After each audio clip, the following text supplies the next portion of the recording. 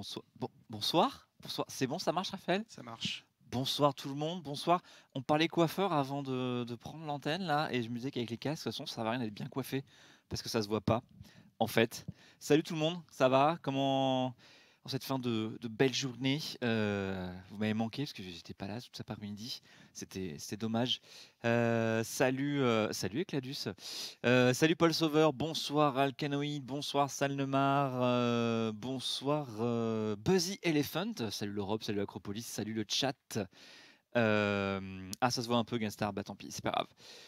Voilà, allez, c'est bon, j'ai le col, ça fait impression. Bonsoir Tom Gaillard, Sylvain n'a plus de cheveux.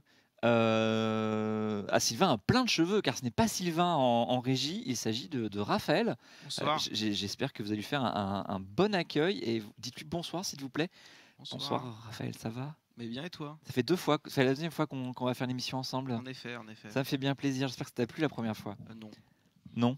Bon. Pardon, excuse-moi. Ah. Oui, bien sûr, Oui. j'ai adoré ça. C'est pas le script qu'on a répété, hein. Oui, pardon, oui. Oui, alors soyez indulgents parce que bon, d'une part, il y connaît rien en politique, donc bon. J'y connais mieux grâce à Acropolis. Ah, Mais voilà, bon, c'est ce qu'il fallait dire. c'est Et ça. surtout, en fait, il utilise un nouveau logiciel de réalisation qui s'appelle VMX. Déjà, il y a des problèmes avec. Ouais. Et voilà, donc ça va avoir des petits pépins. Et j'ai Oui, dit il y a justement, quelques le problèmes, chat là, je pense qu'il est trop Ouais, haut. il est un peu haut. On voit pas le logo, on voit pas les follow, c'est Ça dommage va- quand même. ça va- Je vais changer ça, vous inquiétez pas. Vas-y, non, mais prends ton temps, c'est pas grave. Oui, Oui, de toute façon, on est là jusqu'à 21h. Hein. oui, très bien. Non, c'est une blague jusqu'à 20h, comme d'habitude. 21h de demain, bien sûr. C'est un live de 30h là. 30h, bam! Allez, on n'a pas fait le Téléthon la semaine dernière, donc on y va cette semaine, quoi. On fait un acroton. Bien. Peace and Love, ce n'est pas le sujet de l'émission. Tu vas quand même parler de la motion de censure. Non, Peace and Love, je ne parlais pas de la motion de censure parce que, en fait, je ne traite pas de politique nationale dans cette émission. Ou alors, quand je traite de la politique de la France, c'est pour parler de la campagne des élections européennes, pas de ce qui se passe au Parlement européen. Donc après, vous êtes libre de Parlement français. Par contre, vous avez le droit de parler de la motion de censure qui apparemment est discutée en ce moment même à l'Assemblée nationale. Il n'y a pas de problème. Ici ou sur le Discord, bien sûr, c'est encore mieux. Et la commande Discord, car attends, je vais même la faire moi-même. Hop. Voilà, vous allez sur le Discord et vous pouvez débattre de ce qui se passe actuellement au Parlement, enfin à l'Assemblée nationale, où est apparemment défendu une motion de censure.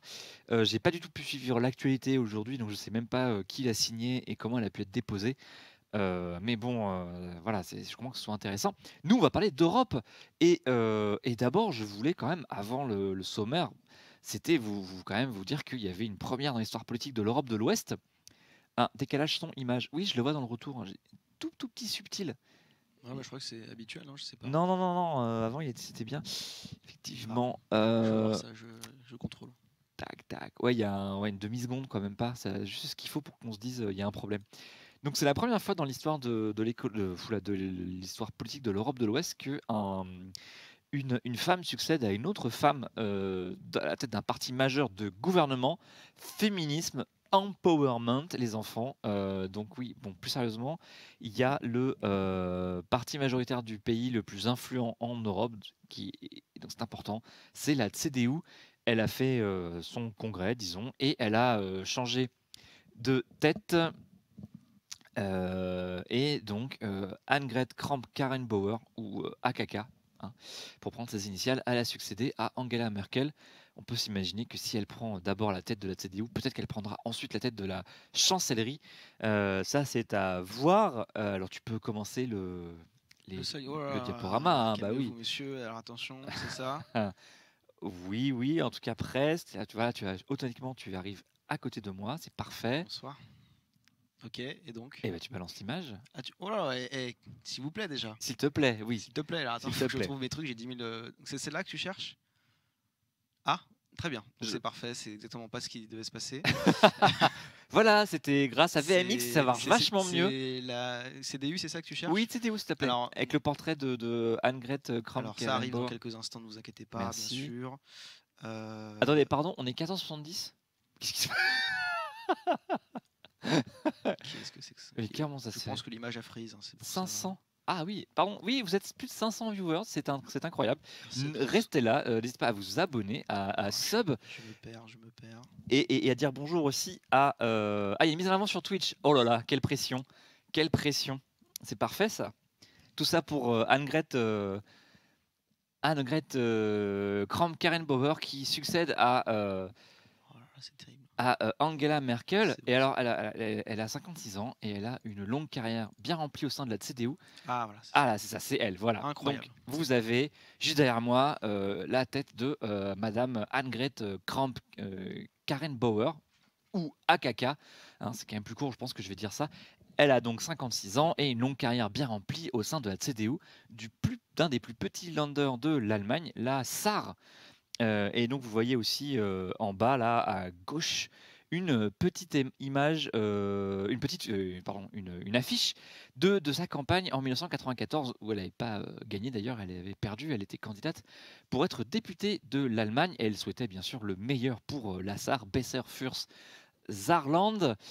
Elle a été ministre de la Sarre de 2000 à 2012 et ministre-présidente. On appelle ça aussi ministère présidente en Allemagne, c'est-à-dire en fait chef de gouvernement, l'équivalent d'un premier ministre ou même d'un président de région plutôt, de 2011 à 2018, tout ça en cumulant aussi des postes de ministre. Hein. Voilà, hein, c'est normal. Alors, elle a eu plein d'attributions en vrac. Hein. Elle a eu la justice, le travail, le sport, la famille, les affaires sociales, les technologies, les femmes et aussi l'intérieur. Ça devait dépendre de la météo. En fait, plus sérieusement, hein, c'est un tout petit land, donc il y a moins d'1 million d'habitants. Donc, ça explique aussi les ministres aux multiples portefeuilles. Hein. Elle pouvait cumuler technologie, famille, sport et intérieur. Tout ça à la fois. Alors, CDU se place où sur l'échiquier politique? Alors la CDU, c'est le parti de droite chrétien-démocrate en Allemagne. Disons que ça va du centre droit à la droite plus dure. C'est l'équivalent des Républicains en France. Voilà, c'est un parti qui prendrait en fait le MoDem et qui irait jusqu'à Debout la France, je pense. On pourrait dire ça comme ça. Euh, pour prendre un équivalent français. Bonsoir à toi, l'Auvergnate relou. C'est pas grave, tu es tout excusé pour ton retard.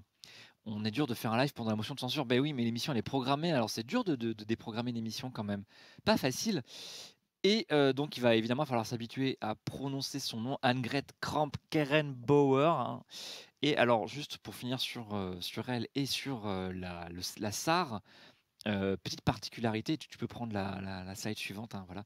Petite particularité de la Sarre, alors non seulement en fait la Sarre, ce land fait partie de la grande région avec un G et un R majuscule, ou la grosse région, qui en fait ça est un groupement européen de coopération territoriale, un GECT, qui est prévu par l'Union européenne pour favoriser les coopérations transfrontalières sur des programmes précis, avec donc comme ça une seule autorité de gestion pour ces programmes. Et ce GECT, hein, cette grande région, elle regroupe le Luxembourg, la Rhénanie-Palatinat, donc un autre land d'Allemagne, la Sarre, la région de Lorraine aussi, et aussi la région wallonne en Belgique, mais aussi toute la communauté française de Belgique et la communauté germanophone de Belgique. Et oui, parce qu'il y a une petite communauté germanophone en Belgique et quelques dizaines de milliers de personnes qui parlent allemand. Et aussi, le SAR a décidé de devenir bilingue complètement français-allemand à partir de 2043. Donc là, ils sont en route pour que d'ici 1 à 2 générations, eh bien, tous les Sarrois soient bilingues français-allemand. Il y a toute une histoire en commun entre l'Allemagne et la France et la Sarre, puisqu'elle a déjà été envahie et annexée plusieurs fois, notamment dans le Premier Empire, et était même devenue d'ailleurs un département. La fameuse France des 117, 140 départements, je ne sais plus. Fusée, fac, c'est qui est dans la fenêtre juste à côté de toi? Alors il s'agit de Raphaël, à qui tu peux dire bonjour. Tu peux toi aussi dire bonsoir à Raphaël. Bonsoir. Sois poli s'il te plaît avec nos invités.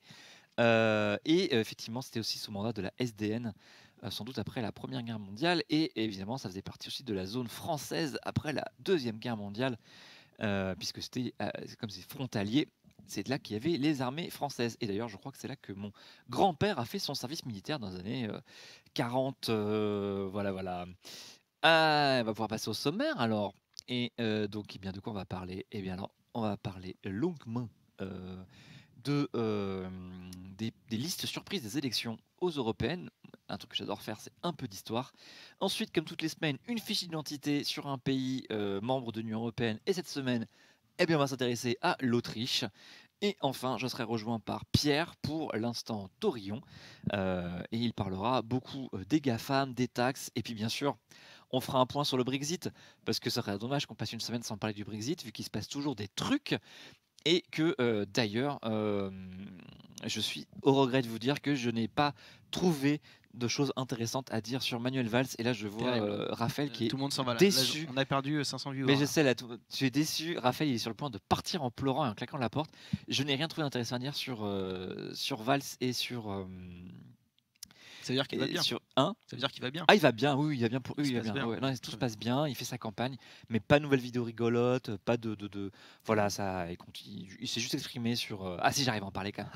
Il a juste dit qu'il fallait pas s'allier avec Vox, mais qu'il fallait prendre au sérieux cette menace de l'extrême droite si on était un parti démocrate. Et il a dit ça, voilà. Anciennement, 101 départements, sauf erreur, Laurent 62. Non, c'est aujourd'hui qu'on a 101 départements.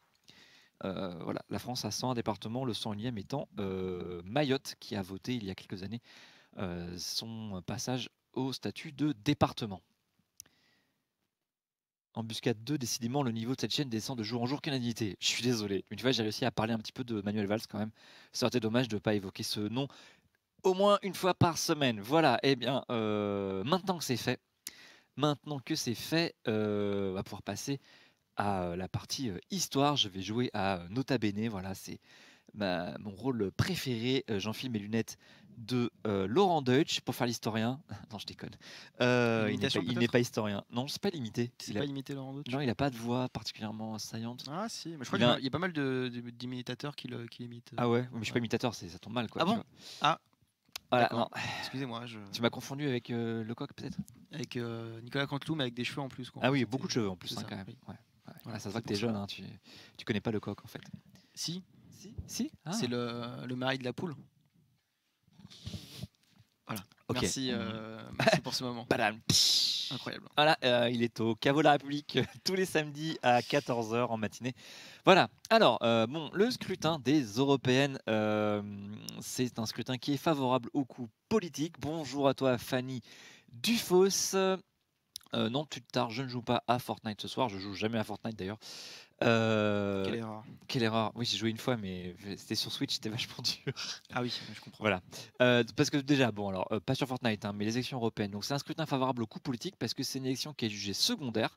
Donc, on estime qu'il y a peu de conséquences si ça rate le coup politique. Et en fait, comme c'est un petit scrutin, enfin, jugé comme un petit scrutin secondaire, ça permet de tester une offre politique et de jouer, par exemple, les dissidents pour une première et voir si sa dissidence marche, quoi. Et le vote à la proportionnelle, puisqu'en fait aux européennes vous avez des listes et que on attribue des élus en fonction du résultat aux élections, eh bien vous pouvez avoir des élus mais avec un score pas si élevé. Lorena Trelou, tu fais un point Brexit. Non, enfin pas moi, mais on fera un point Brexit bien sûr avec Pierre qui suit ça de près parce que c'est quand même important et qu'il y a toujours des choses qui bougent.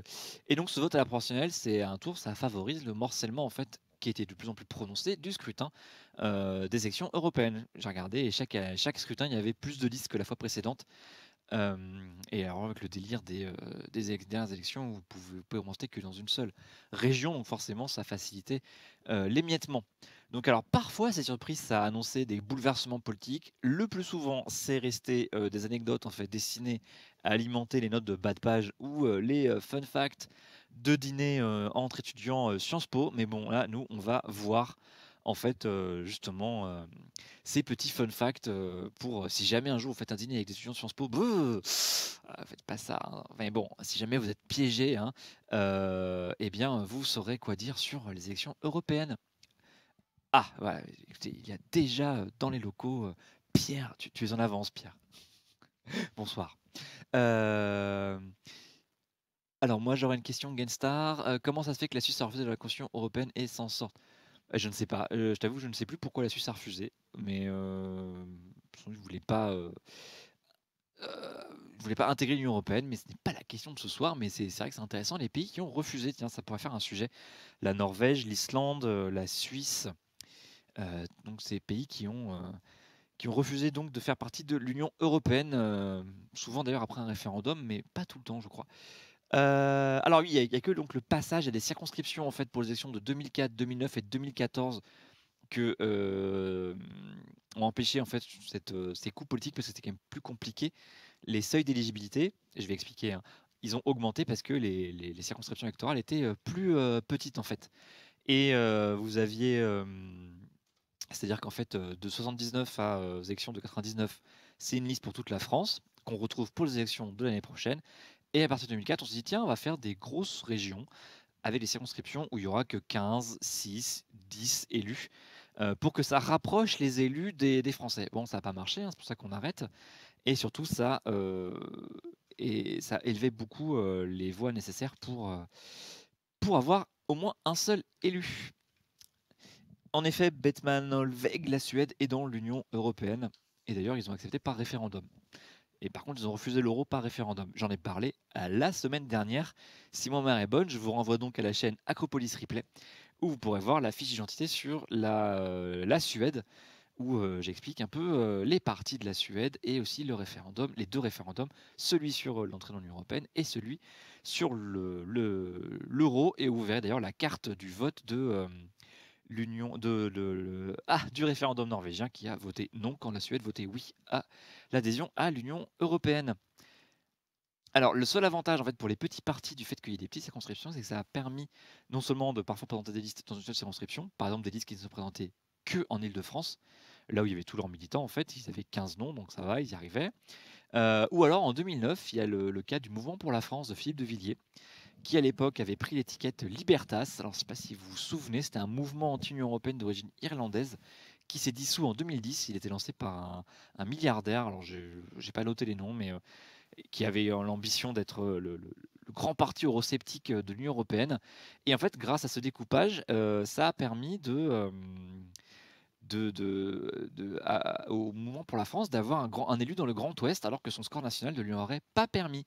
Merci aux voix de la Vendée qui ont donc permis d'avoir plus de 5% uniquement dans le Grand Ouest. Mais par contre, si ça avait été une liste nationale, eh bien en fait ils auraient fait moins de 5%. Oui, alors est-ce que c'est l'ombre de Sylvain qu'on voit? On voit peut-être l'ombre de Pierre? Non, même pas, non, non. Non, non, tu vois tu aperçois. Ah oui, si, tu aperçois l'ombre de Pierre derrière Oui, Sylvain, c'est derrière ça. Raphaël, je pense. Voilà, allez, c'est parti. Alors, un peu d'histoire. J'ai retrouvé des vieilles affiches, vous allez voir, c'est rigolo.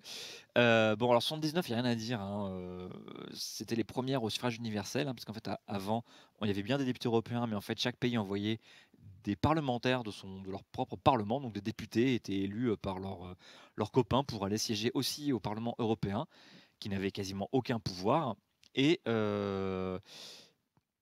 donc, ouais, il y avait 11 listes, dont 2 qui n'avaient pas distribué de bulletins de vote. Et sachez d'ailleurs que la liste menée par Chirac a fait seulement 16%, 4 points de moins que le Parti communiste. Il y avait le PS à 23% et l'UDF mené par Simone Veil à 27%. Voilà. Mais ce qui nous intéresse, c'est de commencer en parlant de 1984. Et donc là, tu peux commencer à balancer les images. Voilà. Et alors, ce qui s'est passé en 84, c'est la percée du Front National qui donc aux élections européennes de 84, en juin 84, recueille 10,9% des voix, enfin des votes, soit plus de 2 millions de voix, et arrive juste derrière le PCF, qui à l'époque était mené par un certain Georges Marchais. Et sachant qu'en 79, ils avaient fait une liste, ils avaient recueilli que, enfin pas eux, mais une liste d'extrême droite qui s'appelait l'Eurodroite, avait recueilli uniquement 0,116% des suffrages. Donc là, Jean-Marie Le Pen, qui était jusqu'à là boycotté par les médias, et c'est un parti qui montait malgré le silence des médias, avait été invité de la grosse émission télé de l'époque, L'Heure de Vérité, et ça lui avait permis d'être plus connu et de commencer à avoir une meilleure audience. Et vous voyez donc là une affiche en fait, là en haut en bleu là, Le Pen à la télévision, et ça se faisait jusqu'à encore il y a peu en fait, on annonçait les passages télé sur les affiches qu'on collait sur les panneaux électoraux pour dire que donc Jean-Marie Le Pen passait à la télé sur TF1 et Antenne 2, bah oui, on est en 84, le mercredi 13 juin à 19h40, ne le ratez pas, et sur FR3, bah oui, là aussi on est en 84, hein, après le dernier journal, et sur Radio France, il sera présent le 14 juin à 13h30. Voilà, imaginez-vous cette époque où on indiquait sur des affiches le passage à la télé avec l'horaire et tout, et la chaîne. Voilà. Et donc, Libération, après cette élection, a commencé sa grande tradition des unes choquées et déçues par les élections et la montée du Front National, puisque là, vous voyez le choc sur 5 colonnes à la une, à peu près la même qu'ils ont fait en 2002 où ils disaient non, et aussi la même à peu près qu'ils avaient faite pour dire non à Marine Le Pen l'année dernière. Libé, il faudrait peut-être se renouveler un peu quand même. Non, Fanny Dufos, on ne mettra pas les Wampas parce qu'on n'y a pas les droits des Wampas et qu'on veut pas que le replay se fasse strike sur YouTube. Hein, merci, quand même. Voilà, alors comme le dit...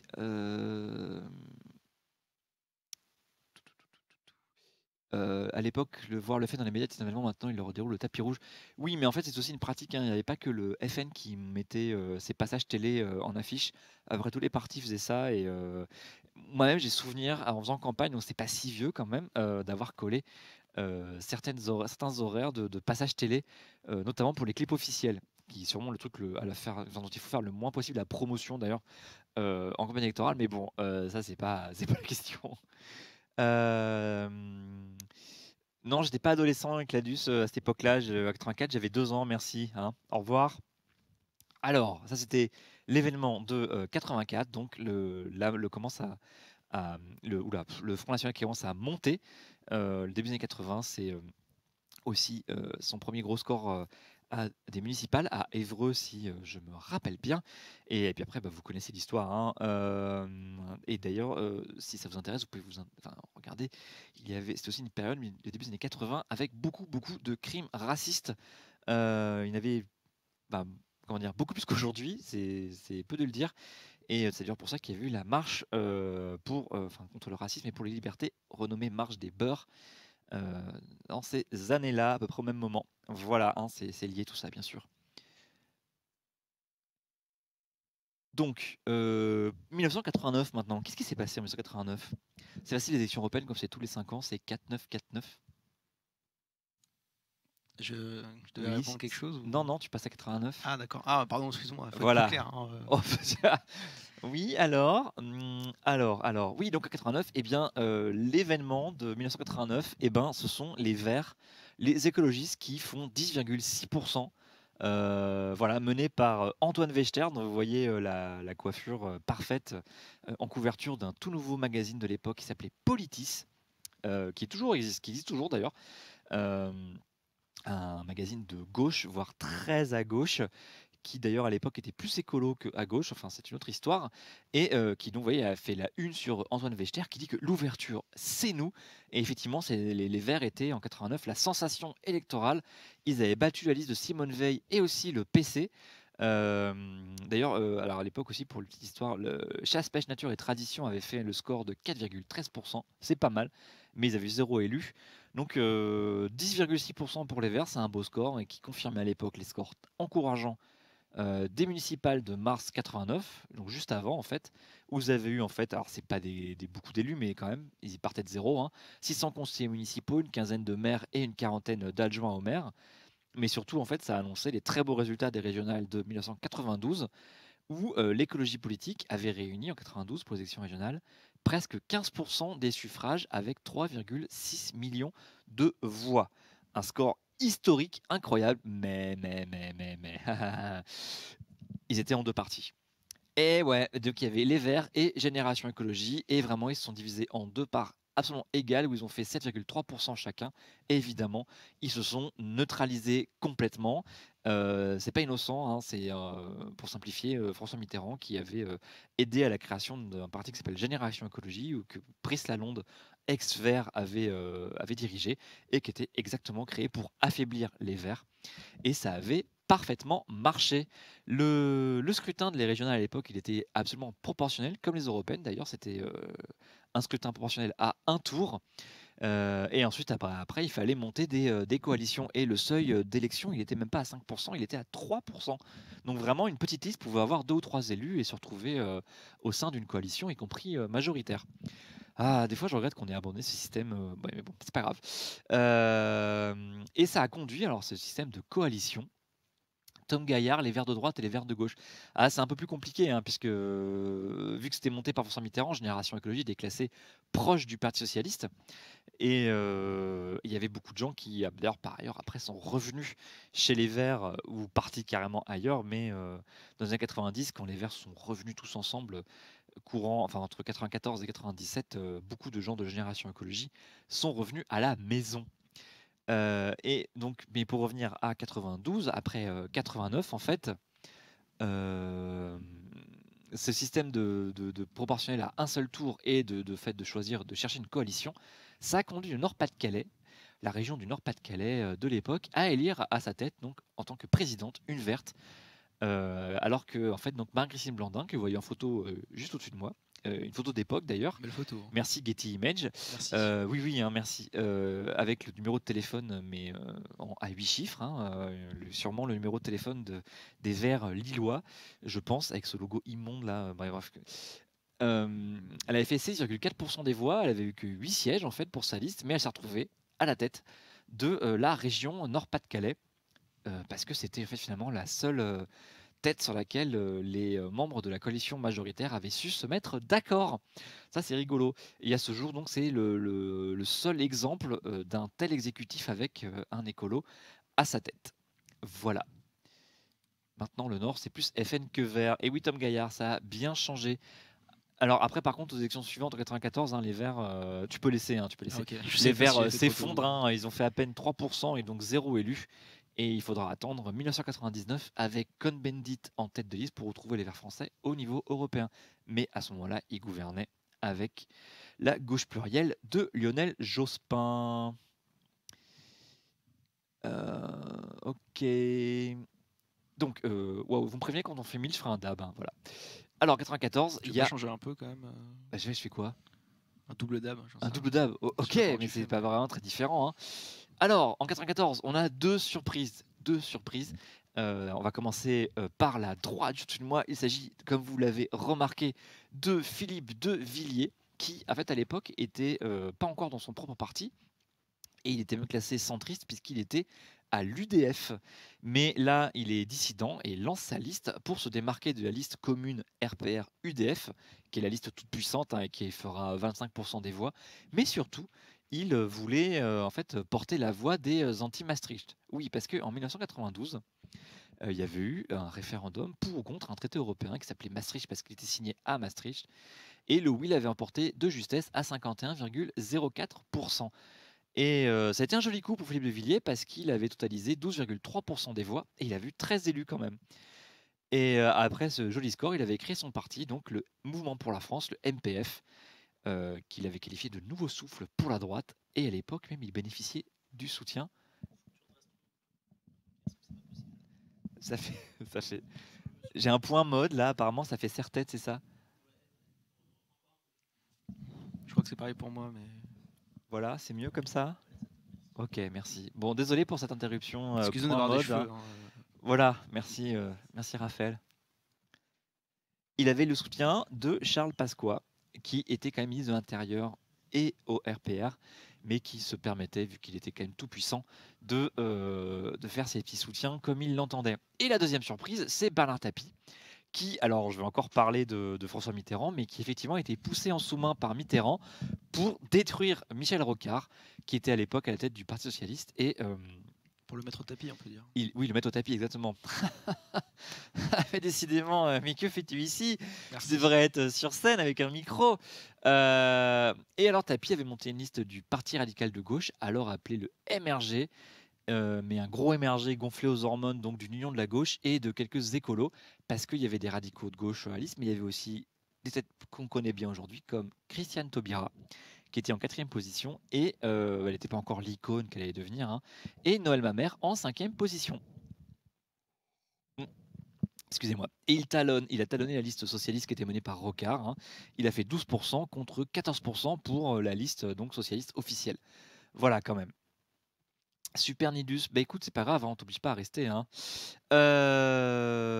Voilà, donc ça c'était les surprises de 94 qui suivaient de 2 ans un référendum sur Maastricht et qui était aussi la fin de règne de François Mitterrand qui avait poussé Bernard Tapie pour qu'il fasse des choses bien, mais voilà, on sait comment ça a fini, tout ça bien à tapis, parce que bon, il n'a pas eu un avenir aussi prometteur que prévu.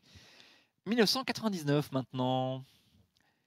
Alors là, c'est 1999. Ah oui, pardon, ça c'était l'image de la création du MPF, donc avec un design très très très 94, si j'ose dire, et avec le logo aussi de France 2, qui était un des premiers logos de France 2. Regardez bien ça, avec la planète bleue, parce que c'était le JT, donc c'était le monde, venait à votre écran. Wow. Et donc là, alors j'ai pas mis notre copie d'écran, mais si vous allez sur le site de l'INA, ina.fr, qui est vraiment une mine d'or, hein, vous cherchez Philippe de Villiers ou MPF et vous centrez la recherche en 94 et vous retrouverez ce documentaire et ce reportage, et vous aurez une excellente collection de cravates et de vestes pour hommes très très années 90. Franchement, je regrette pas la fin de cette mode, ni cravate ni enfin bref, je vous invite à aller voir. Voilà, c'est très orange, très des couleurs de partout. Voilà. Alors l'INA, c'est pas payant, Philem. C'est payant pour certaines émissions qui durent plus d'une heure, ou certains services spéciaux, ou pour le téléchargement. Mais par contre, si tu fais que regarder en streaming certains reportages, c'est gratuit. C'est très très très très rare que tu doives payer pour les reportages de France 2 ou France 3. Ou RTF, parce que ça remonte moins quand même. Alors, donc un très très bon cru en anomalie et en surprise 1999. Tout d'abord, on a eu là sur... je passe derrière. Je suis passé derrière. S'il vous plaît. Merci. Alors, on a eu l'alliance Pasco de Villiers. Allô? Oui. Et t'as plus de micro, je crois. Je t'entends pas en tout cas.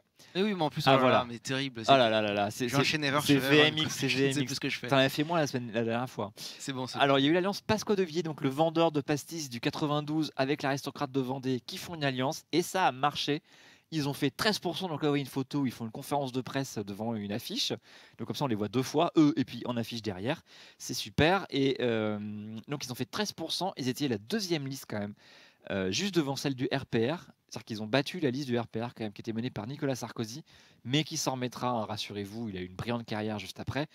Bon, malheureusement pour eux, ils n'ont pas réussi à continuer cette idylle, et après, ils iront chacun de leur côté. L'autre surprise de cette élection, c'était le très bon score de Chasse, Pêche, Nature et Tradition, que vous voyez juste au-dessus de moi. Donc là, c'est une capture d'écran d'un reportage de France 3 de l'époque, avec là aussi une très très belle typo, l'Europe des différences, mélangée avec une typo sans bâton. C'est superbe. On dirait que c'est écrit à la main. Moi, j'ai toujours fan de ces affaires. Enfin, bref, on dit souvent pas plus de deux typos, mais en fait, c'est pas plus de une typo, hein, parce que sinon, c'est la porte ouverte au n'importe quoi. Bref, après cette petite parenthèse graphique, ils avaient fait 3,4% en 94, mais là, ils ont fait un vrai score pour de vrai. Juste avant 2002, et le score incroyable de Jean Saint-Josse à la présidentielle, il avait fait 4,23% quand même. 1,2 million de voix. Ouais, 1,2 million de voix pour la liste des chasseurs. Là, aux européennes de 99, ils ont fait 6,7% et ils ont envoyé 6 eurodéputés, soit un élu de plus que le FN en 99, qui avait à peine passé la barre des 5%. Quand même, quand tu te rappelles de ça, putain, tu te dis.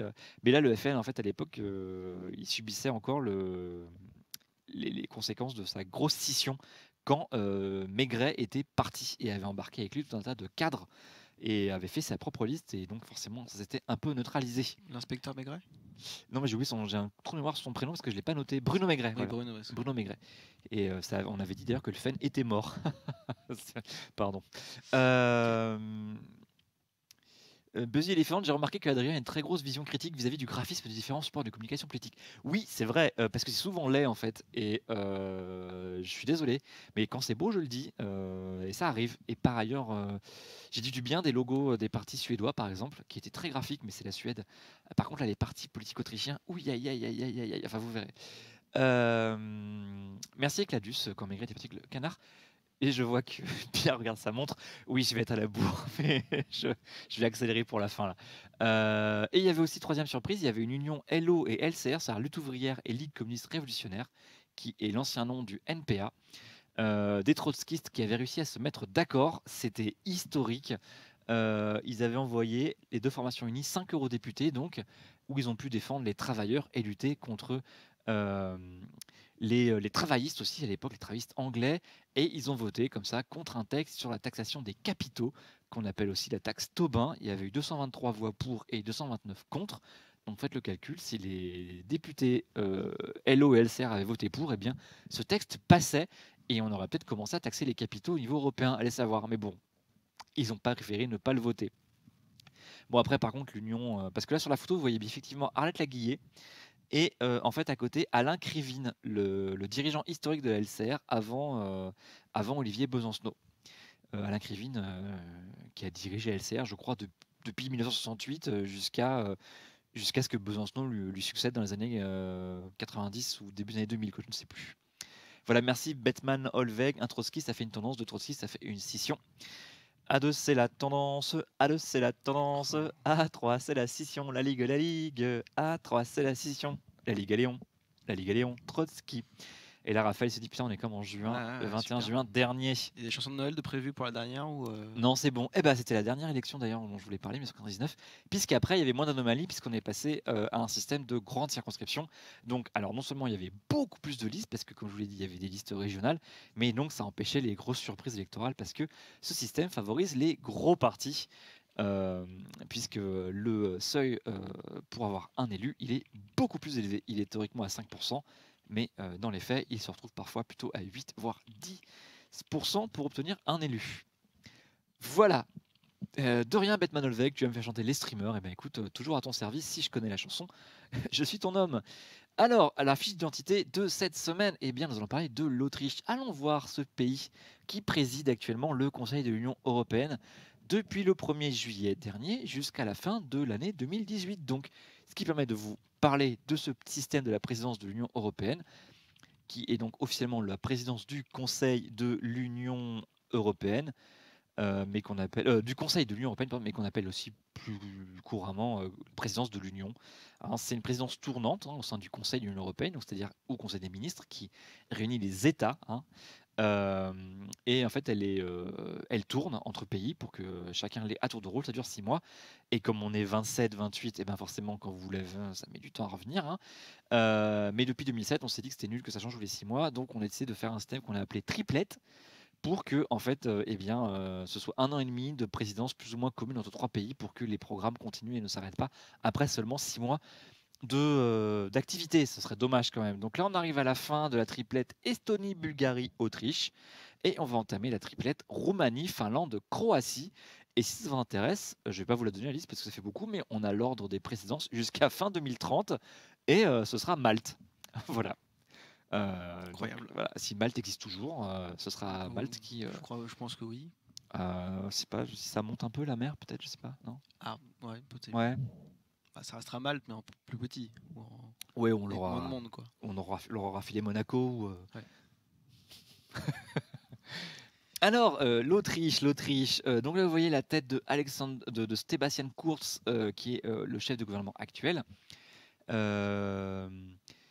Et on va faire une tout petit peu d'histoire.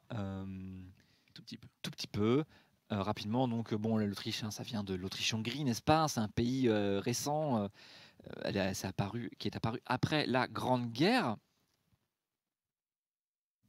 Quoi? Il y a une carte d'Autriche-Hongrie là pour qu'on sache un peu. Ah, bah, excusez-moi. Voilà, merci. Pas clair, ouais. Donc là, vous voyez la carte d'Autriche-Hongrie, c'est un pays qui avait une capitale qui régnait sur quand même la moitié de l'Europe, donc ça laisse des traces. Vous voyez aussi le drapeau de l'Autriche-Hongrie, forcément 2 couronnes, n'est-ce pas? C'était un empire, un royaume-empire. Donc bon, voilà, c'est aussi un pays qui était annexé par l'Allemagne, hein, l'Allemagne nazie, ça s'appelait l'Anschluss. Et c'était aussi la Vienne, la capitale la plus proche du rideau de fer pendant la guerre froide. Ça, c'est rigolo quand même. C'est même pas 30 km de la frontière, donc ils étaient juste à côté du rideau de fer.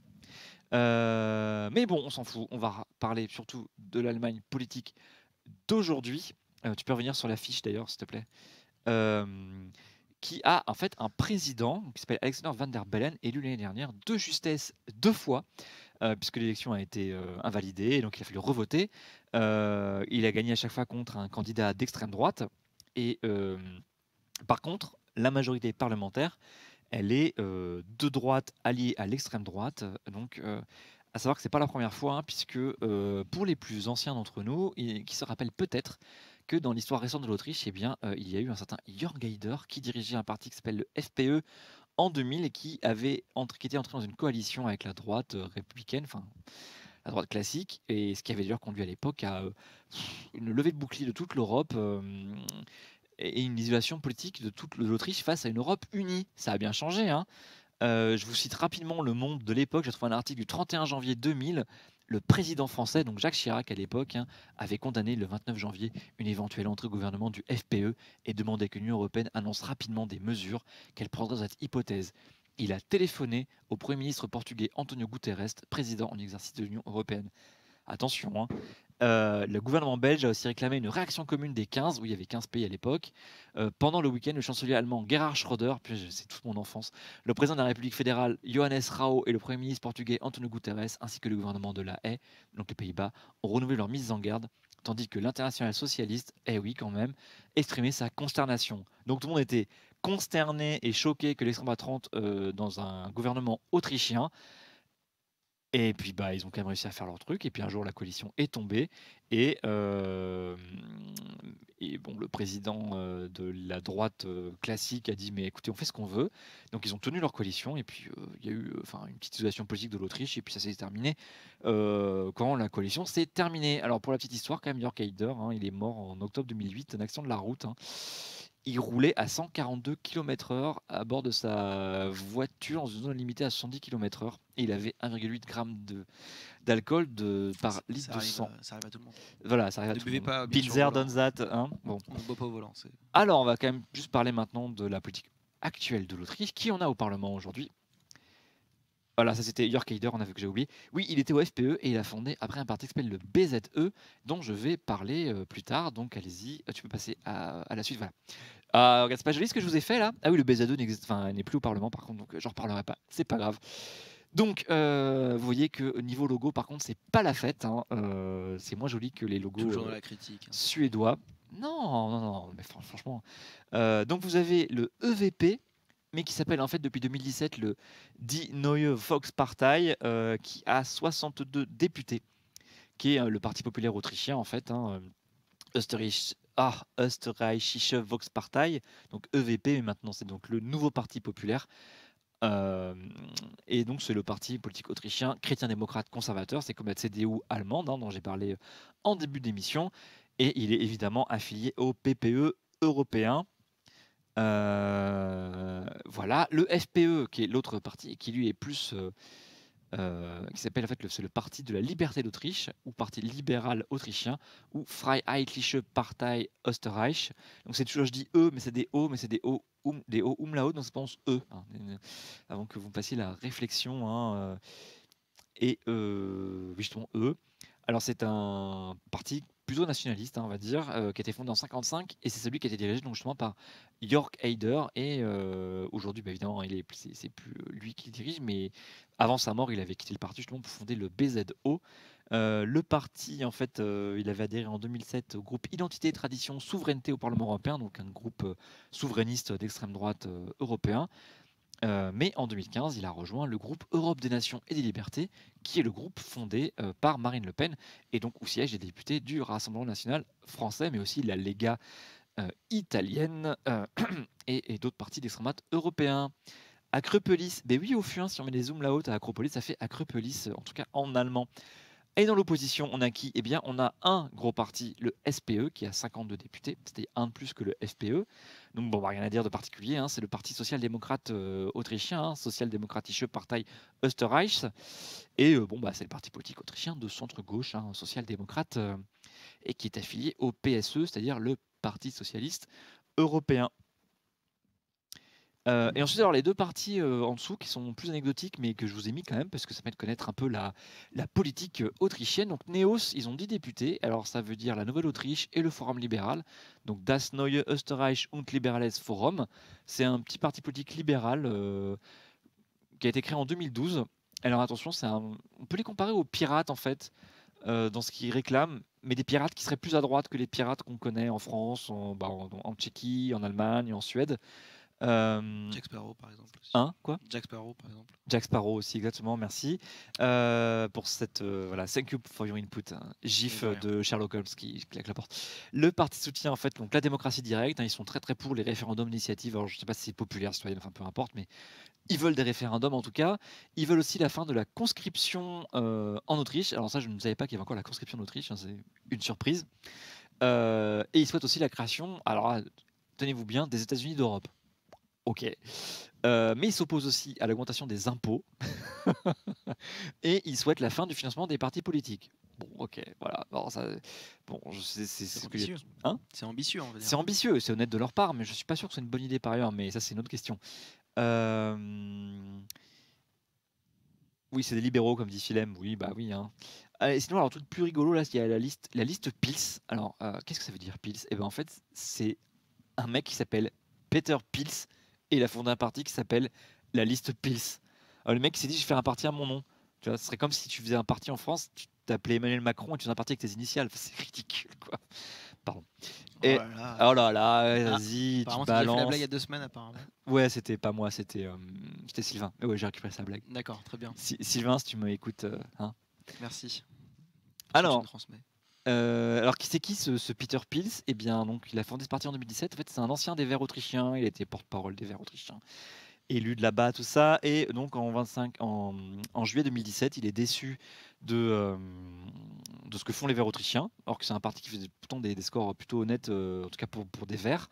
Et il n'aime pas le leadership des Verts et il n'aime pas le manque de réponse devant la crise des migrants. Et donc, hop, il part faire sa campagne indépendante pour les élections du Parlement autrichien et il lance une liste à son nom avec des intellectuels, des artistes, des entrepreneurs, une liste qui se dit critique vis-à-vis de l'establishment et il recueille 4,41% des voix, soit 8 sièges et en fait il a siphonné les voix des Verts, donc les Verts font en dessous des seuils électoraux des 4%, parce que c'est-à-dire que plus 4% vous avez des sièges, en dessous de 4 vous en avez 0, ce qui est arrivé aux Verts autrichiens. Et donc, ils sont absents du Parlement autrichien depuis cette année. Et par contre, alors, il a quitté cette liste depuis le 4 novembre 2017. Il a été accusé de harcèlement sexuel. Et donc, il s'est mis en retrait de son propre parti qui porte son propre nom. Donc, vous voyez, il y a liste Pils, ja, es geht. Ouais, ça va, quoi. On y va. Bah, super, le slogan. Hein, putain, il s'est vachement foulé, quoi. Bon. Non, Philem, on se positionne pas, hein, je fais des blagues, hein, j'en fais sur quasiment tout le monde, comme ça au moins, voilà. Oui, c'est ça, on a le droit de on s'autorise quand même de faire des blagues sur les gens. Ouais, puis on a notre propre position personnelle, mais c'est pas celle d'Acropolis, c'est juste la mienne. Si je dis un truc sur un parti, je dis que ça me concerne moi, quoi. C'est pas Acropolis. Voilà, bon, je suis presque pas à la bourre, Pierre va être content. On va se faire une mini pause de 2 minutes. J'espère que vous aurez appris plein de choses sur l'Autriche, n'est-ce pas? Et sur l'histoire des élections européennes. Restez avec nous, Pierre arrive d'ici 2 minutes et bah à tout de suite. Il n'y a pas de musique? Calmez-vous, calmez-vous. S'il vous plaît, s'il vous plaît.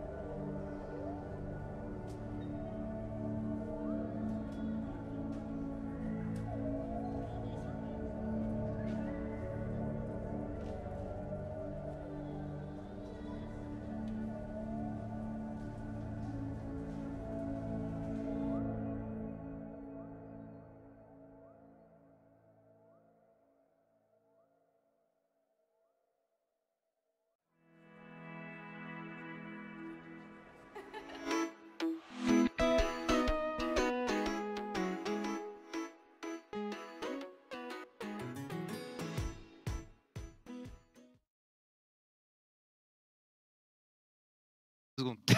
On nous entend bon. pas? Ah, c'est Oui, drôle. c'est bon. Salut, rebonsoir. Bonsoir Pierre. Bonsoir Adrien. Ah, bonsoir Sylvain bis. Raphaël. Bonsoir Pierre. Tu m'as manqué la semaine dernière. Ça s'est vu à l'antenne, je crois, mais. Vous m'avez manqué aussi, hein, franchement. Ouais, non, ça c'est pas vrai. Quand t'étais en meeting, c'est pas vrai. On sait que c'est faux.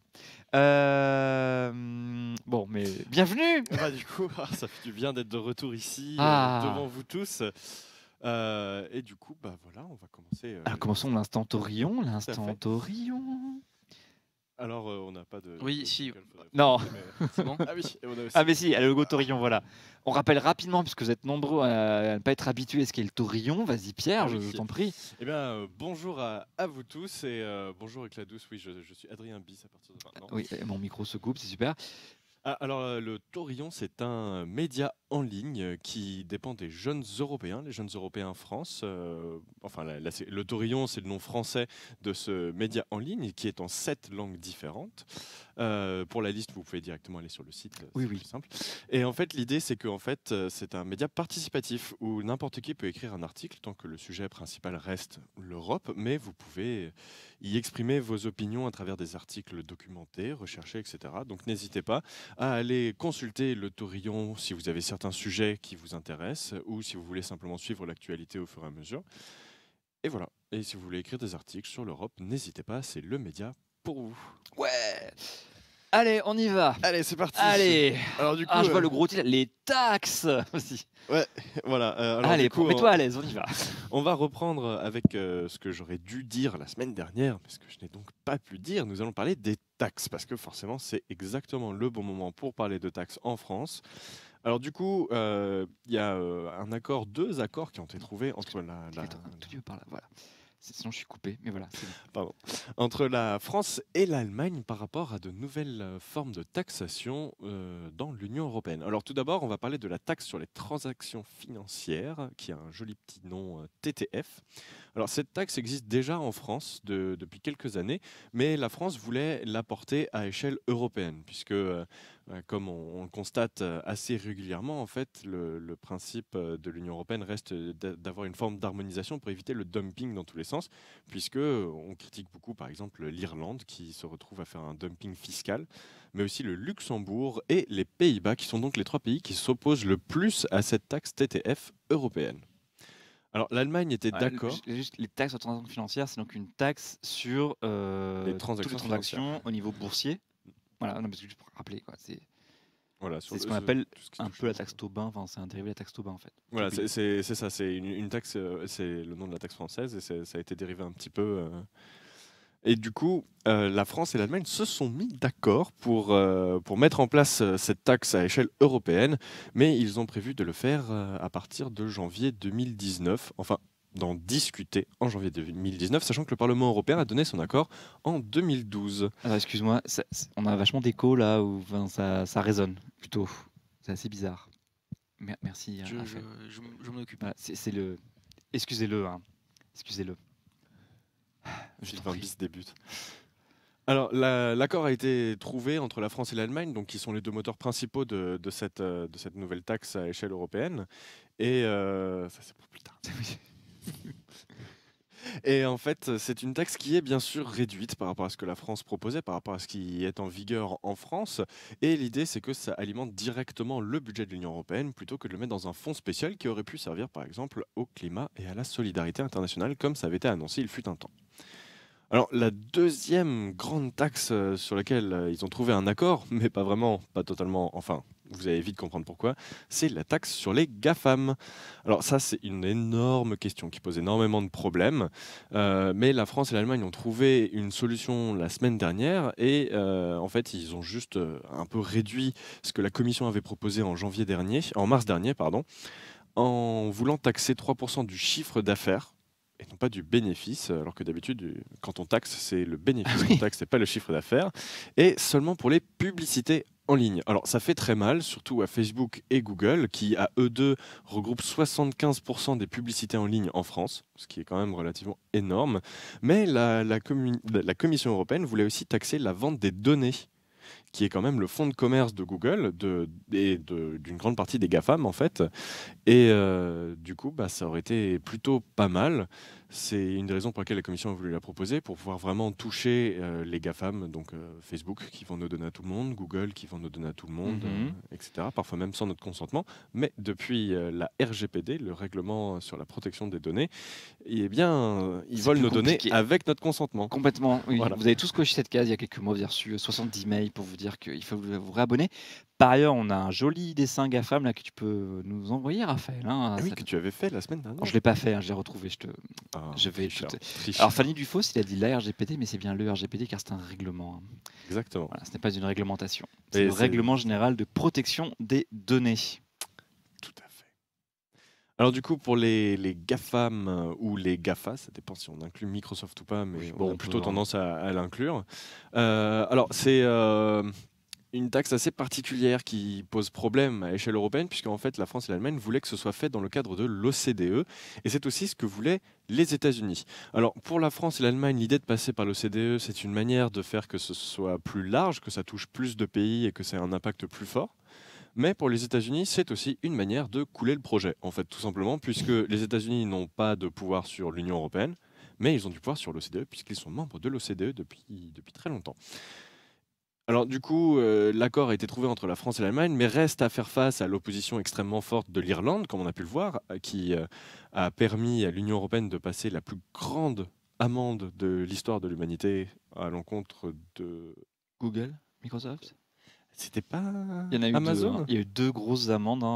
Il y a eu, pour avoir une position dominante, c'est Microsoft et Google. Amazon. Il me semble. Ça m'étonnerait, mais ok, peut-être. Ou Facebook, je sais. Il y a eu Apple. Apple, 15 oui, milliards. C'est Ah ça, oui. c'est Apple. Ok, merci Eden Facom. Tout à fait. Merci à vous.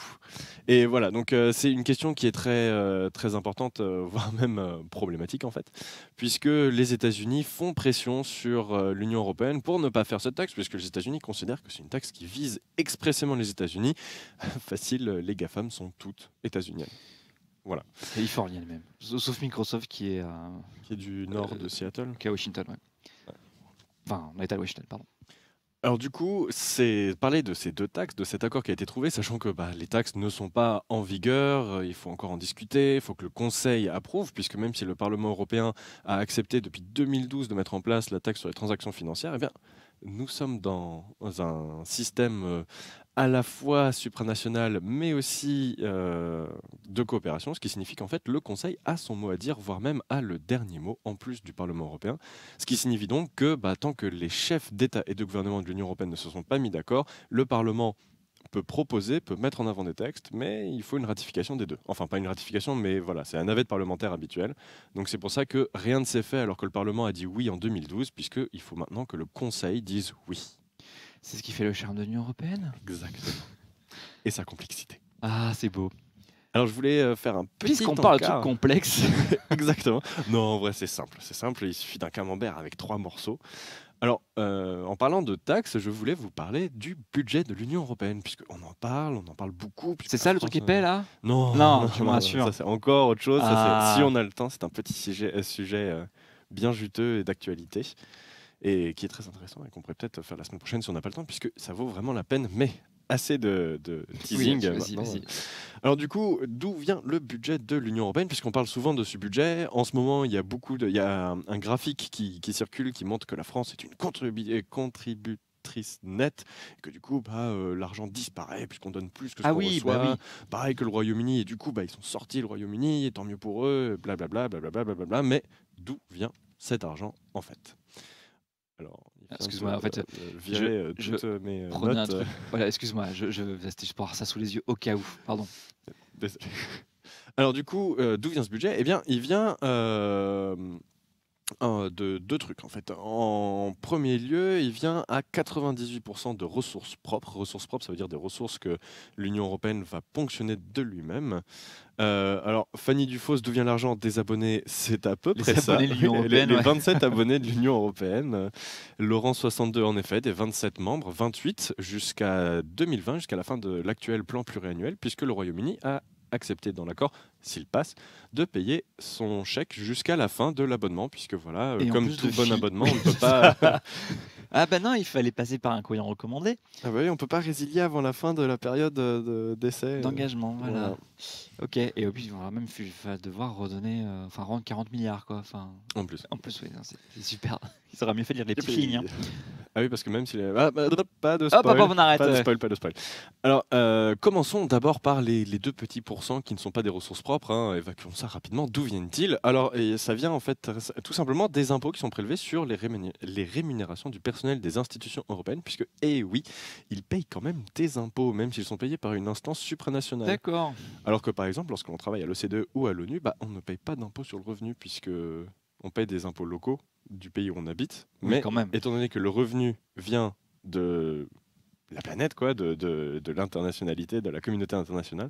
Voilà. Alors que pour l'Union européenne, en fait, on paye ici.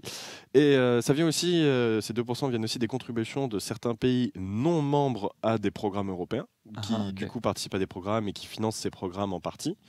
Et aussi, il y a les amendes. Voilà, les amendes qui sont infligées, qui permettent de récupérer un petit peu d'argent, mais comme vous pouvez le constater, c'est que 2%, donc c'est pas ce qui représente la majeure partie. Sachant que pour vous faire une petite idée, en 2018, le budget de l'Union européenne est à 144,7 milliards d'euros. Voilà, donc c'est vrai que 2% de 144,7 milliards, ça fait quand même beaucoup de milliards, mais par rapport à tout ce qui reste, c'est pas énorme. Et donc les 98%, d'où ils viennent? Alors, il y a 3 types de ressources propres. Il y a les ressources propres traditionnelles, donc c'est les droits de douane, les contributions d'autres États. Non, parce que ça fait partie des 2%. Alors, je me perds dans mes propres notes, en fait, puisque je me suis répété. Ah, sans bravo. répéter. Heureusement que c'était notes et que j'ai pas à les lire. Hein. Parce que là, moi, je comprends rien à ce paragraphe. Mais c'est Disons- pas grave. Alors, les droits de douane, voilà. Donc, comme vous le savez, l'Union européenne est en partie une union douanière, ce qui signifie que, en fait, les États membres se sont mis d'accord pour mettre en place des droits de douane identiques. Mais en fait, c'est même aller plus loin au sens où l'Union européenne perçoit elle-même les droits de douane de tous les produits qui rentrent dans cette union douanière, sans passer par chaque État. En fait, c'est plus que juste on se met d'accord pour avoir un tarif douanier commun, c'est on met une seule frontière douanière. Et donc, c'est l'Union européenne qui gère cette frontière douanière et qui récupère les droits de douane qui sont à 15,8%. Enfin, qui représentent. Pardon, les droits de douane ne sont pas à 15,8%. Ça dépend des différents biens sur le marché, etc. Mais l'intégralité des droits de douane représente 15,8% du budget de l'Union européenne. Ensuite, il y a la TVA. Alors, il y a une part de TVA qui va directement à l'Union européenne. Celle-ci représente 11,9% du budget de l'Union européenne. Et enfin, la plus grosse part. Voilà, les contributions qui représentent 71,1% Les du contributions budget des de- États. Voilà, exactement. Donc les contributions des États membres qui vont payer en fonction de leur revenu national brut. Alors le revenu national brut, c'est le revenu qui est perçu sur le territoire. C'est pas le produit intérieur brut, le PIB. Il ne faut pas confondre les deux. Si vous voulez plus de détails, je vous invite à aller sur Wikipédia. Oui, parce que on n'est pas la chaîne de l'écho. Hein. Voilà, je n'ai pas de licence d'économie, ni de master, ni rien en fait. Je suis nul en économie en fait, tout simplement. Voilà. Alors, il faut savoir que si aujourd'hui c'est 15,8% droits de douane, 11,9% TVA et 71,1% contribution des États membres, c'était pas toujours comme ça. En fait, ça s'est mis en place petit à petit, puisque en 1988, les contributions c'était juste 11% du budget, alors que 57% étaient tirés de la TVA et 28% des droits de douane et des revenus agricoles dans le cadre de la PAC. Mais le budget n'a pas cessé d'augmenter en fait. Voilà, en fait, le budget a augmenté et on a eu de plus en plus d'États membres qui se sont ramenés. Du coup, ça a permis d'augmenter le budget et aussi de renforcer les contributions des États membres. Alors 144 milliards, ça fait beaucoup, mais par contre, j'ai plus en tête le budget de la France, mais tu l'as en tête Non. On va le googler rapidement. Non, le chat, là, vous allez nous donner le budget de la France, là, ça vous intéresse juste pour qu'on le rapporte, parce qu'en fait, je pense que rapporter par habitant, c'est ridicule par rapport aux autres pays européens, en fait. C'est ça, merci François, 400-500 milliards. Voilà, bon, vous voyez. Donc, pour un continent de presque un demi-milliard d'habitants, on a un budget de 144 milliards d'euros. Et par contre, un pays de 65 millions d'habitants comme la France a un budget entre 400 et 500 milliards d'euros. Donc, vous voyez que pour l'instant, les moyens de l'État, de l'Union européenne sont j'essaie de parler, sont largement inférieurs à ce que les pays membres de l'Union européenne sont capables de produire. C'est exactement l'inverse d'un vrai État fédéral comme les États-Unis où les budgets des États sont ridicules par rapport au budget fédéral. Voilà, c'était. On estime d'ailleurs que le budget de l'Union européenne représente 1% du PIB de l'Union européenne, Voilà, qui est quand même le premier ou deuxième PIB mondial en fonction de comment on calcule, etc. Ah oui, de toute façon, l'Union européenne, il me semble, on n'a pas fait d'écho, mais on est quand même au courant de l'actualité, la première zone économique mondiale Ça dépend grâce à sa population et à ses revenus. Ça dépend justement des calculs, mais c'est kiff-kiff entre les États-Unis et l'Union européenne. D'accord. Vraiment kiff-kiff. Alors, la suite, Alors du coup, je voulais vous parler rapidement du cas britannique, du fameux I want my money back. Belle transition. Où en fait, Thatcher s'est ramené dans les années 70, en 79, parce qu'il y avait encore Giscard, donc c'était forcément avant 81. Complètement. Du coup, Thatcher s'est ramené à un Conseil européen, a tapé du poing sur la table et a dit I want my money back, puisque c'est hors de question que le Royaume-Uni soit contributeur net. Alors c'est un peu la même logique qu'ils ont aujourd'hui, sauf qu'aujourd'hui, ils n'ont pas tapé du poing sur la table, ils ont claqué la porte. Alors du coup, ce qui s'est mis en place, c'était que oui, bon d'accord, on n'a pas envie que vous partiez, allez, restez s'il vous plaît, on va être gentil. Et du coup, on leur rembourse 66% de leur contribution à la fin de chaque année. Et pour pouvoir les rembourser, on ne va pas demander à Malte de rembourser la contribution du Royaume-Uni, qui doit s'élever quand même à quelques milliards d'euros. Et du coup, en fait, ça a été réparti entre différents États membres. Notamment, les principaux, c'est l'Allemagne, les Pays-Bas, l'Autriche et la Suède. Et du coup, en 2002, une loi européenne est passée pour plafonner à 25% de ces 66% la contribution qui est faite, puisqu'il y a certains qui payent un peu plus que d'autres le remboursement de la contribution britannique. Et alors, puisqu'on parle des Britanniques, je crois qu'on avait des nouveautés à dire. Et d'ailleurs, ça a été réclamé dans le chat, figure-toi, parce que quand j'ai parlé de Valls, parce qu'il fallait que je parle un peu de Valls, tu vois, on m'a dit, et le point Brexit. Eh oui, mais le point Brexit, il arrive, et le voilà, c'est Pierre qui parle. Moi, si je parle de Brexit, on se dit, Adrien, t'es chiant, tu connais rien. Donc là, oh là. Par contre, tu peux enlever GAFAM et nous remettre le joli logo l'Europe bordel. Il n'y a pas le chat qui a disparu là? Non, en fait, c'est normal, j'ai voulu mettre un fond derrière, ça l'a supprimé. D'accord. Tout va bien, la France va bien. Je cherche pas à faire prends pas d'initiative, évite en fait, s'il te plaît. Ah d'accord, on paye pas pour ça. Faut pas chercher à faire trop fantastique. Vas-y, parle Pierre, je vais enlever mon câble, j'ai coincé mon câble, je te laisse la parole. Alors du coup, François mal au Sénat, une loi européenne. Par loi européenne, je voulais dire, ils ont mis en place un système. C'est pas une loi au sens de un processus législatif, etc. Mais les États membres se sont mis d'accord pour faire ils ont trouvé un accord qui permettait de plafonner le remboursement de la contribution britannique pour éviter que certains États se retrouvent à payer beaucoup plus. Les États qui gagnent le plus ou qui étaient le plus, qui allaient le plus en avant. Voilà. Alors, oui, François Malocène, c'est possible que ce soit une directive, mais c'est pas sûr, puisque là on touche au fonctionnement de l'Union européenne et de son cadre budgétaire, alors que les directives et les règlements sont des vraies lois qui s'appliquent aux États membres, mais surtout, on pourrait dire, aux citoyens de l'Union européenne. Voilà. Donc c'est peut-être plutôt un accord ou une révision du traité, un amendement au traité que... oui, c'est possible puisqu'il faut l'unanimité, mais pour un cas comme ça, je pense que c'est assez facile de trouver l'unanimité puisqu'on parle de gros sous et de payer moins. Me revoilà. Alors du coup, voilà, après cette magnifique transaction, je ne voulais pas faire le point Brexit. Non, mais je t'entendais. Alors du coup, le point Brexit, eh bien, l'information toute chaude là qui nous vient de hier directement, Theresa May a survécu. Alors, certains médias britanniques disent que c'est un zombie, puisque en fait, elle ne fait que repousser la date de sa mort, mais elle est déjà morte depuis quelques temps. Elle ne le sait pas. Voilà. Mais... Elle est déjà morte, mais elle ne le sait pas. Mais de quoi parlons-nous en fait? Eh bien, nous parlons du vote de défiance au sein des conservateurs britanniques qui a eu lieu hier. Où, Pardon, Raphaël, stop. En plus, après, si le chat disparaît, on va se faire engueuler. Je cherche ma vie un peu. D'accord. Voilà, c'est très bien comme ça. Bon, je t'en prie, Pierre, excuse-moi.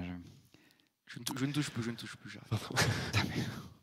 Alors du coup, ce qui s'est passé, c'est que il y a un gentil monsieur, un certain Rees-Mogg, qui fait partie des hard Brexiters, donc qui veut un Brexit dur. Donc, en gros, il a juste envie que le Royaume-Uni coupe tous les points avec l'Union européenne pour faire un paradis ultra-libéral. Et du coup, lui, son objectif, c'est un peu de faire capoter May, de faire capoter l'accord, de vraiment faire un hard Brexit, donc un Brexit dur, un Brexit sans accord. Et du coup, ils ont profité de l'annonce lundi dernier du report du vote, puisque, en fait, voilà, alors, on revient.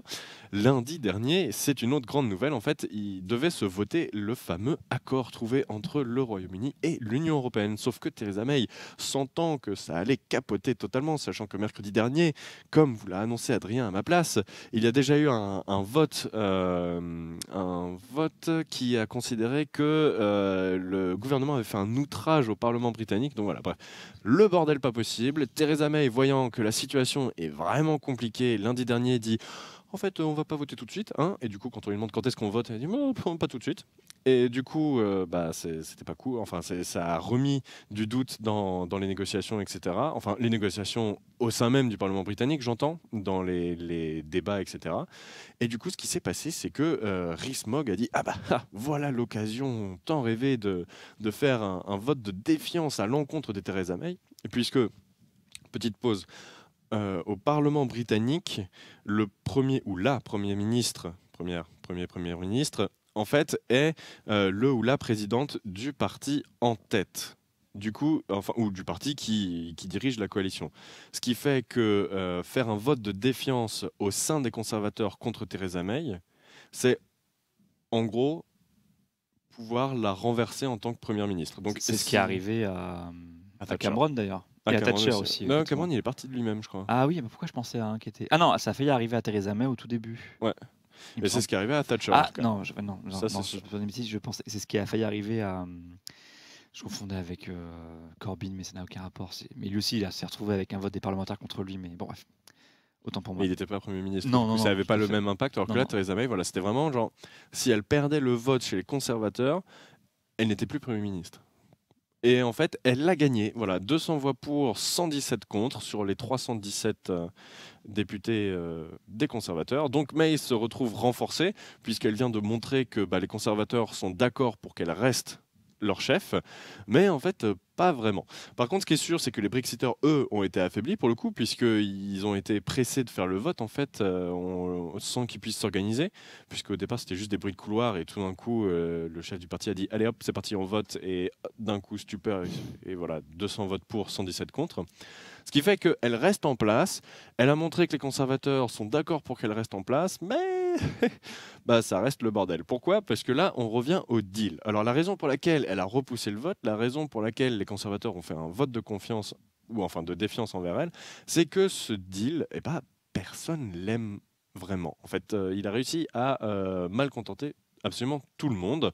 Et du coup, Theresa May a fait le tour des différentes chancelleries, des différents gouvernements, etc. d'Europe, dans l'espoir de pouvoir renégocier le deal, histoire de trouver une majorité au Parlement britannique qui permettrait de faire passer le deal.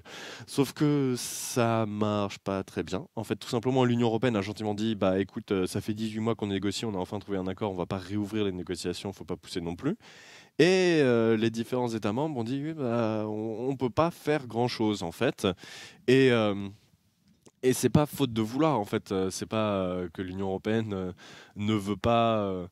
Ou que les États membres de l'Union européenne veulent absolument laisser le Royaume-Uni dans sa merde. Mais il y a différentes choses qui sont à prendre en compte. Premièrement, c'est un accord qui, selon l'Union européenne, est le seul accord viable. Selon Theresa May, c'est aussi le seul accord viable. Donc déjà, à partir de ce principe-là, c'est difficile d'envisager une renégociation alors que les deux parties sont d'accord pour dire que c'est le seul accord qui est possible. Et ensuite, en fait, tout simplement, l'Union européenne ne sait pas comment changer les choses, puisque Theresa May elle-même ne sait pas ce qu'il faut apporter dans cet accord pour pouvoir satisfaire une majorité. En fait, elle est vraiment genre, il y a tellement de contestations différentes qu'elle ne peut pas se fixer quelques points en disant voilà, il faut absolument qu'on change ça, ça et ça. Et du coup, l'Union européenne aurait pu dire ouais, bon, d'accord, on peut changer ça et ça. Par exemple, c'est ce qui s'est passé lorsque l'accord de partenariat avec l'Ukraine a raté en référendum aux Pays-Bas. Le Premier ministre des Pays-Bas a demandé à négocier avec l'Union européenne de réviser des points très précis de l'accord avec l'Ukraine pour qu'il puisse passer à son propre Parlement. Sauf que là, Theresa May, elle se retrouve à faire tout le monde est contre, mais pas pour les mêmes raisons. Donc c'est assez difficile de vraiment avoir une base de renégociation. Surtout que le point principal qui pose problème, en fait, c'est le backstop. Donc le backstop, c'est le filet de sécurité. On en a beaucoup parlé. Il a fait couler beaucoup d'encre et beaucoup de pixels. Je vous invite d'ailleurs à aller sur le Torillon. On a beaucoup d'articles à propos du Brexit, puisque en tant que jeunes intéressés par l'Europe, c'est un sujet qui nous concerne énormément et qui nous intéresse beaucoup. Et ce qui s'est passé, c'est que le principe du backstop, c'est de considérer qu'en cas de non-deal, de Brexit dur, eh ben, le Royaume-Uni, du moins l'Irlande du Nord, fasse toujours partie de l'union douanière pour être sûr qu'on ne rétablit pas de frontières en Irlande du Nord, puisque tout le monde est d'accord que remettre une frontière, ce serait la grosse galère, la demeure, le bordel. Du coup, ce backstop, en fait, l'Union européenne a dit, bah voilà, c'est un filet de sécurité. Ça signifie que si ça va pas, s'il n'y a pas de deal, s'il n'y a pas quoi que ce soit, vous gardez un pied dans l'Union européenne qui nous permet d'éviter d'amputer toute la jambe. Ah, je t'arrête, car je comptais te dire au chat de tweeter ou de prévenir les copains pour dépasser les 1000, mais c'est pas la peine, nous en passer les 1000. Bravo. Qu'il est l'heure. Il est l'heure du dab, passer la tradition. Le dab, les deux s'il vous plaît. Les deux, bah oui. Je daberai aussi. Ah, il s'en va. Bah non, tu restes ici. Non, tiens l'écran. Allez, bon, bah on y va. Par là, hein, c'est plus, je sais pas, non. Bah, des deux côtés chacun, ou je sais pas. Ouais. Bah, moi je suis gaucher, donc moi c'est comme ça. Hein. Je sais pas faire autrement. Hein. Je peux faire un dab à la Fillon. Tu fais comme tu veux. Je sais plus comment il l'a fait, un dab de vieux. Il est plus jeune que moi. Bon, allez, on y va. Fillon ? Non. Allez, on y va, c'est parti. Allez, bon, bah, et bien on reprend le cours normal de l'émission, bien sûr. Faites un De Gaulle, c'est plus stylé. Juste après, d'accord. Allez, c'est parti. Bon, allez, 1, 2, 3. Voilà. J'ai honte. C'est le premier dab de ma vie que je fais. Je tiens à dire que c'est le premier que je fais de toute ma vie. C'est pas la bonne cause. On s'y fait, tu verras, ouais. Bon, bah merci. Et puis, bah, le prochain, c'est à 2000. Hein. Alors du coup, le Brexit, pour revenir à l'humiliation et à la honte de toute une génération. Alors, du coup, le problème, c'est ce fameux backstop. Et le principe, c'est que l'Union européenne a décidé que voilà, le backstop, le principe, c'est un filet de sécurité. C'est si on n'arrive pas à se mettre d'accord, de toute manière, il y aurait toujours ça. Et Theresa May, en gros, elle est un peu genre, en fait, nous, on aimerait bien que ce soit limité dans le temps. Donc, en gros, Theresa May, elle dit, on aimerait que ce soit un filet de sécurité qui ne dure qu'un certain temps, ce qui signifie, en gros, que, imaginez que vous avez un filet de sécurité, que vous faites un numéro de trapéziste, et le mec, votre numéro dure 10 minutes, et le mec dit, au bout de 7 minutes, je vais retirer le filet. Voilà. Donc c'est un peu ça l'idée que Theresa May aimerait bien mettre en avant. Et tout simplement, l'Union européenne dit que c'est pas envisageable. Le principe du backstop, c'est quand même d'assurer perpétuellement la paix en Irlande, ce qui n'est pas rien en fait. Et c'est un peu ce à quoi elle s'est engagée en 1998 lors des accords du Vendredi Saint, dont nous avons déjà parlé il y a quelques semaines. Et je vous invite à aller sur la chaîne. Ah ouais, j'en ai reparlé moi aussi. Non, l'Irlande du Nord, on en a pas mal parlé quand même. Grâce à toi d'ailleurs. Il y a beaucoup de choses à dire, hein, c'est très intéressant. Du coup, il n'oserait plus se regarder dans les yeux. Alors voilà, May veut que l'assurance, ce backstop soit temporaire, alors que le backstop, le principe c'est que ce soit perpétuel pour éviter qu'il y ait un problème. Donc c'est pas vraiment possible qu'il y ait des concessions qui soient faites de la part des États membres. C'est pas vraiment possible que Theresa May puisse avoir des solutions et tout. Donc c'est un bazar pas possible. Et oui, je te laisse. Vas-y, excuse-moi. J'ai voulu immortaliser, mais je m'y prends mal. Alors, c'est toujours le bordel, mais quelles sont les solutions? Qu'est-ce qui peut se passer? Alors, il y a deux choses vraiment probables, en fait. C'est un peu kiff-kiff. C'est pas facile de déterminer ce que ça va être. Alors, premièrement, il y a tout simplement l'idée qu'il y aura un no deal. Voilà. Donc, Brexit dur. On va se retrouver le 29 mars 2019 sans accord, avec le Royaume-Uni qui sort à grand fracas, puisque le gouvernement May britannique refuse de prolonger les négociations, de prolonger la période. Après tout, Brexit means Brexit, donc il faut sortir au bout d'un moment. Ils ont eu des manifestations d'ailleurs devant le Parlement en début de semaine qui disaient justement Brexit means Brexit, donc des Brexiters qui s'impatientent du fait qu'il n'y ait toujours pas d'accord et que le Royaume-Uni ne soit toujours pas sorti de l'Union européenne. Donc ça, c'est une première possibilité. C'est tellement le bordel, on n'arrive pas à se trouver d'accord, le gouvernement britannique tient la barre mais le Parlement refuse, du coup ça fait qu'on se retrouve du jour au lendemain, paf, on sort, pas d'accord. Et ça, personne n'en veut. Mais vraiment personne, sauf les quelques fous comme Rees-Mogg. Alors là, je me permets à titre personnel de dire que ces gens-là sont des fous. Je ne suis pas particulièrement pour un Brexit dur avec ultralibéralisme qui suit, etc. Mais c'est mon avis personnel. Et en fait, puisque comment donc, ça pourrait être tout plus à l'heure, ultralibéral que l'Angleterre actuelle? Enfin, il n'y a que- pas d'accord. Il y a rien qui nous contraint à respecter les normes sociales. Mais ils ont les leurs quand même, un minimum, non? Enfin, Ah bah, c'est l'idée, une vraie c'est question d'en hein, que je te profiter pour pose. déblayer pas mal de trucs, pas mal de normes, Ah oui, et ne mais pas en mettre d'autres. d'accord, mais enfin, un retour du 19e siècle implique je dirais, qu'ils envoient la troupe, quoi. Enfin, parce que les gens se laisseraient pas faire comme ça non plus. Enfin, J'espère sais pas, qu'ils n'enverraient ça- pas la troupe, parce que ce serait quand même un aveu de faiblesse. c'est ce que faisait la bourgeoisie au 19e siècle. Ouais, mais nous ne sommes Je te plus. renvoie à ton Nous ne histoire. sommes plus au 19e siècle. Relis ton Nathan terminal. J'espère bien que nous ne sommes plus au 19e siècle et qu'on n'envoie plus la troupe contre les grévistes. vilains qui osent demander des. Oui, car en France, on a envoyé la troupe contre les grévistes jusque dans les années 50 par ailleurs, et c'est même la dernière, je crois, une dernière troupe envoyée contre les grévistes, c'est même un gouvernement socialiste qui l'a fait. Et c'était, je crois, des mineurs dans le Nord. Voilà. Il y a eu des morts. Alors oui, Mais c'était très Fanny courant au Dufos, 19e. c'est ce que faisait Thatcher d'envoyer la troupe. Enfin, c'est plutôt la police. Il y a une Ouais, différence, non, quand même. surtout que les Britanniques, les policiers, ils sont pas armés. C'est quand même une grande différence plutôt que d'envoyer des militaires, sachant que les militaires, Thatcher les a envoyés, mais en contre Irlande. l'Irlande du Nord, c'est ça. Voilà. Et elle a laissé des gens mourir en prison en grève de la faim. Ouais, c'est une autre histoire aussi. Ah, voilà. Bon, elle s'est aussi fait enfin, elle a aussi eu une bombe qui a éclaté dans son hôtel, mais elle a survécu et tout, donc c'est un peu. Costaud. C'était marrant. C'était la belle époque. Alors, tu avais un dernier sujet qui m'intéresse bien aussi parce que ça me permet d'être au courant. Et je vois l'heure qui tourne et. Il te reste un peu de temps. Ah, tu penses que tu n'as pas le temps? Ah, oula! Bah Ah oui, oui, non, il y a t'as pas le 11 temps, pages ouais. de notes en fait, et en fait, les 11 pages de notes résument tout ça, hein, je tiens à le dire. Puisque en fait, la raison pour laquelle je voulais vous parler de tout ce gros tas, en fait, c'est que en ce moment se tient le Conseil européen de fin d'année. Voilà, et en fait, c'était une magnifique transition. On met les notes, c'est ça? C'est non. Pardon. Voilà. On met les félicitations et on voit C'est qu'il ça. redouble N'écoute et pas assez. qu'il passe. Voilà. Alors du coup, ma magnifique transition, c'était que le Brexit va être un gros sujet actuellement lors du Conseil, et ce gros sujet, malheureusement, éclipse les conclusions des consultations citoyennes sur l'Europe.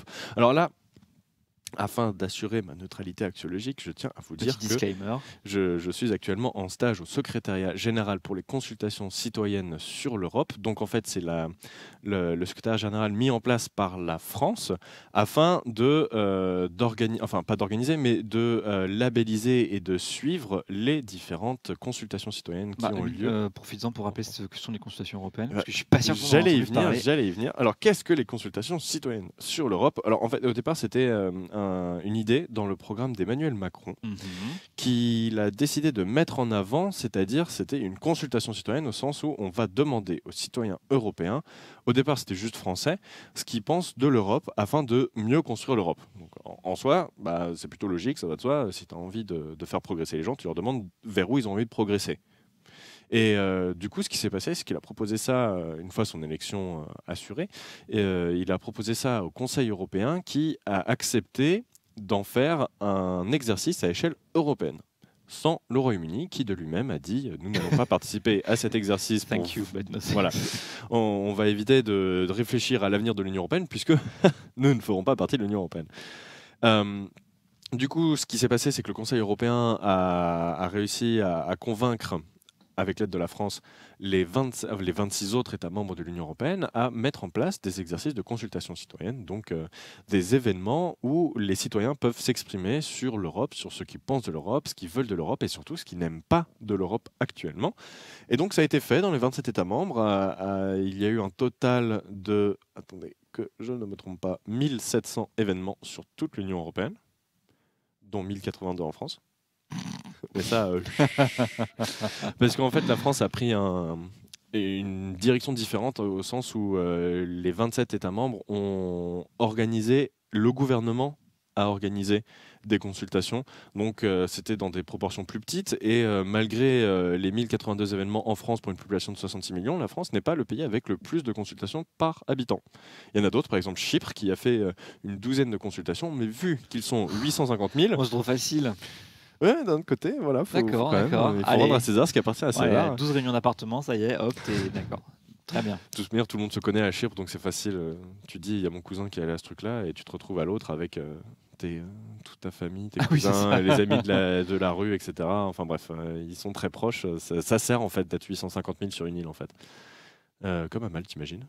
Alors bref, du coup, le principe de ces consultations citoyennes était vraiment de recueillir les avis, tant positifs que négatifs. Et du coup, là-dedans, là, vous avez les 27 rapports ou résumés de rapports des 27 États membres qui ont participé. Alors ceci, c'est le plus joli, bien sûr. Alors oui, on peut télécharger ça où? Dis-moi, parce que... C'est le nôtre. Alors le nôtre est accessible sur le site quelleestvotreeurope toutattaché.fr, sur lequel vous trouverez le rapport complet, mais aussi le résumé.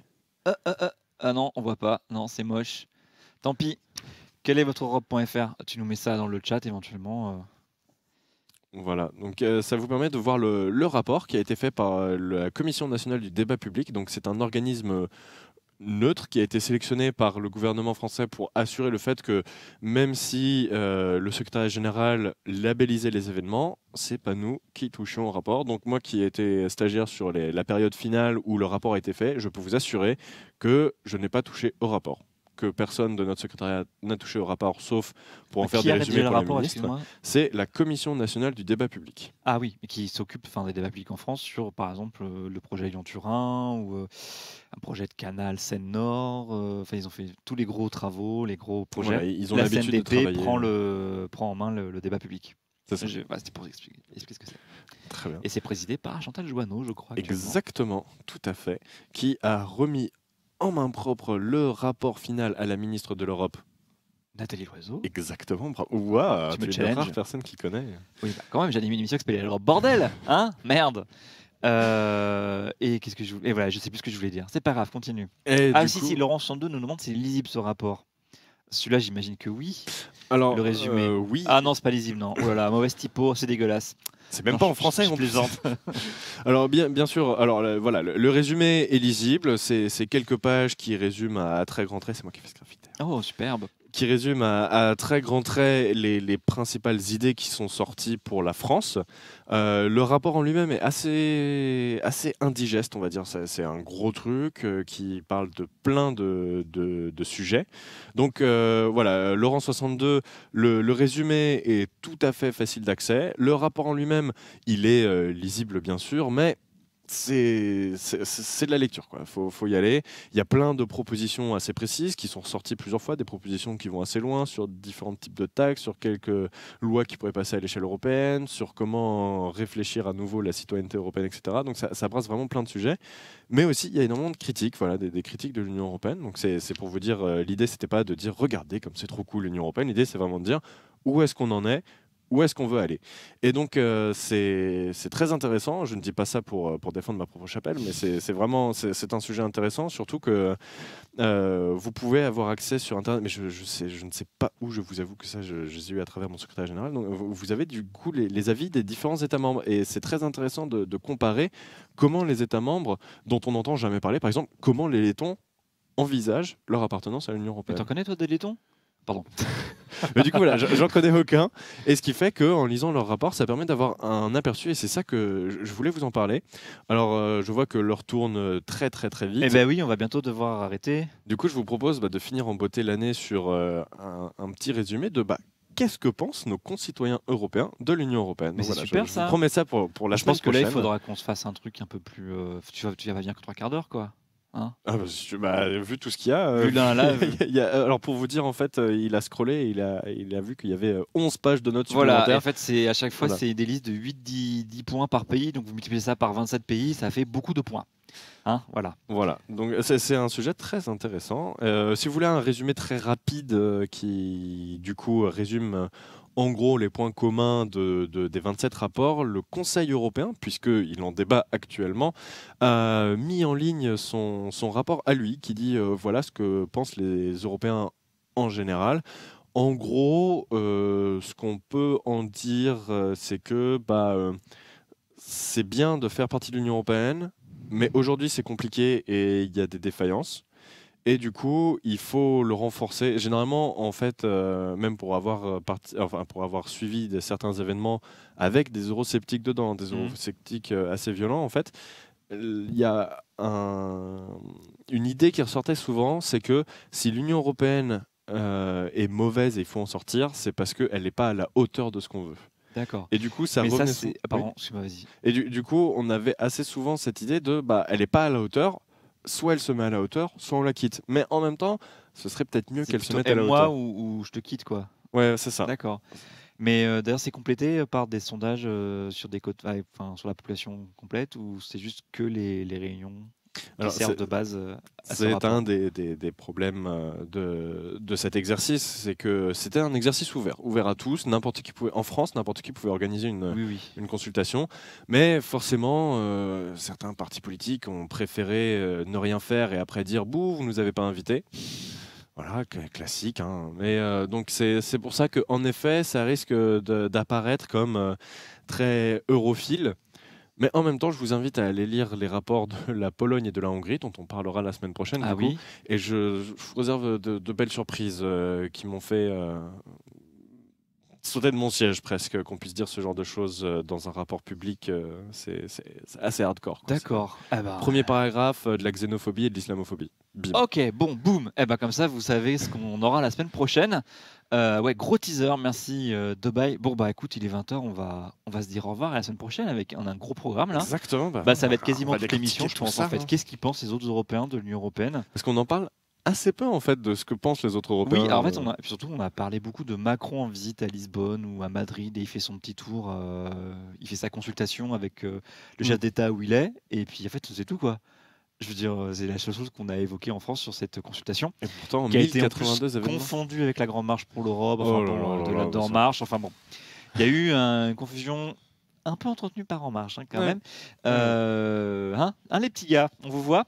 Mais bon, c'est dommage. Hein. Mais bon, en tout cas, on a un rapport, c'est écrit, c'est couché dans le papier. On en parle la semaine prochaine. Je pense qu'on sera la seule émission à en parler en France en détail. Je pense aussi. Donc, si vous voulez savoir ce que les Lettons, les Hongrois, les Portugais, Maltais, Chypriotes, Irlandais, Danois, Suédois, enfin, je ne sais pas ce que je vais faire, pensent de l'Union Européenne, eh bien, on se voit la semaine prochaine à 18h30. Moi, je vous retrouve à 14h30 la semaine prochaine pour Party Time. J'aurai une invitée, il s'agit de la maire d'une petite ville, mais je vous en dis pas plus, surtout comme ça, en plus, elle n'est pas là, au moins vous ne pourrez pas la retrouver. La prochaine émission de d'Acropolis, c'est mardi, c'est les QAG. Ce sont les QAG. Voilà, mardi à 14h30 avec François. François, on t'aime aussi, je ne sais pas si tu es encore là. Et c'est tout. Et puis, moi, d'ici là, bonne soirée, bon vendredi, bon week-end, bonne semaine. Enfin, bon. Et puis, vous êtes arrivé jusqu'à 1200 là. Ouais. C'est historique. Merci. Wow. Merci Twitch pour la mise en avant. Merci à vous d'être restés parce qu'on voit le pic, mais on voit aussi qu'il y en a qui restent. On a un taux moyen qui est plutôt satisfaisant. Et pensez à vous abonner. Pensez à sub si vous voulez, n'est-ce pas, hein. N'hésitez pas à aller sur le Discord également pour poursuivre les débats d'autres trucs qui concernent l'Europe ou qui concernent la politique en général. Il y a plusieurs groupes. Comme ça, vous êtes toujours au bon endroit. Qu'est-ce que je pourrais dire encore? Merci. Merci Gundor pour le Twitch Prime. Ah, ouf, enfin. Merci Gundor. Merci Raphaël pour la régie et la réalisation. C'était un plaisir. Sylvain Bis, mais il a un vrai prénom. C'était un plaisir. Abonnez-vous à son stream aussi, comme ça l'incitera à poncer les jeux et à nous gratifier de stream de versus ou de jeux rétro. Hein, c'est incroyable. Ah, merde. Vous abonnez pas à mon stream parce qu'il n'y en a pas. Quoi? Non, c'est pas le matos. Je sais pas. J'ai une idée de stream. Faut que je t'en parle après. Ah, ok. Teaser. Aïe. Qu'est-ce qui va me sortir? Bon, écoutez, au revoir. Hein. Au revoir à tous. Au revoir. Bon week-end. Salut.